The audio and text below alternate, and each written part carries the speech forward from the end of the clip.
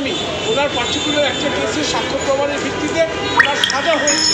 উনি কথা বলতে পারবেন, মামলা নিয়ে কথা বলুন, আমাদের কোনো আপত্তি নেই। আগেও বলেছেন, ওনার আইনজীবী বলেছেন, এখন উনি আর্জি করেছেন, আর্জি করে জামিন বর্ধিত করেছেন। সেখানে উনি বাংলাদেশ নিয়ে কথা বলে বাংলাদেশের ইমেজের কথা বলছেন। কারণ কি বাংলাদেশের ইমেজ এটা ডিপেন্ড করে প্রফেসর ইউনুসের উপর? কোর্টেও না, কোর্টের কখনো না।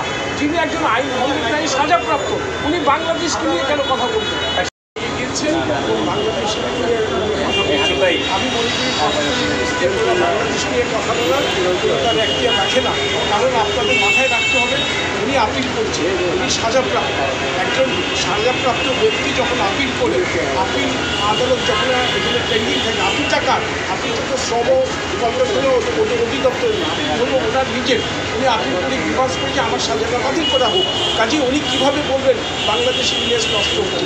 আর শ্রম আদালতের আইন ভঙ্গের জন্য ওনার বিরুদ্ধে মামলা হয়েছে, এটা তো আজকে নতুন না, 500-600 মামলা হয়েছে। এখনও লেবার কোর্টে প্রচুর মামলা পেন্ডিং আছে, আগেও ডিসকোর্টে রয়েছে। আপনাদের এসিটিভির কর্ণধার সময় ভঙ্গের দায়ে ওনার সাজা হয়েছে, ওনার আপিলও পেন্ডিং। কাজেই এসি পরিবহনের বাংলাদেশের ইমেজ নিয়ে নষ্ট হবে না, ওনার ইমেজ নিয়ে নষ্ট হবে।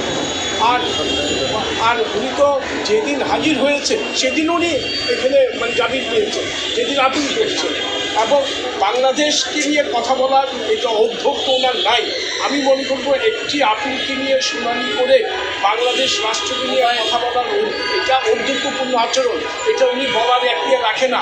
আপনাকে মাথায় রাখতে হবে প্রফেসর ইউনুস কিন্তু এখানে সাজাপ্রাপ্ত আসামি, এবং ওনার যে দণ্ড মৌকুফের জন্য উনি এখানে করেছিল সেটা হাইকোর্ট বাতিল করে দিয়েছে। ওনার দণ্ড এখনও অ্যালাইভ।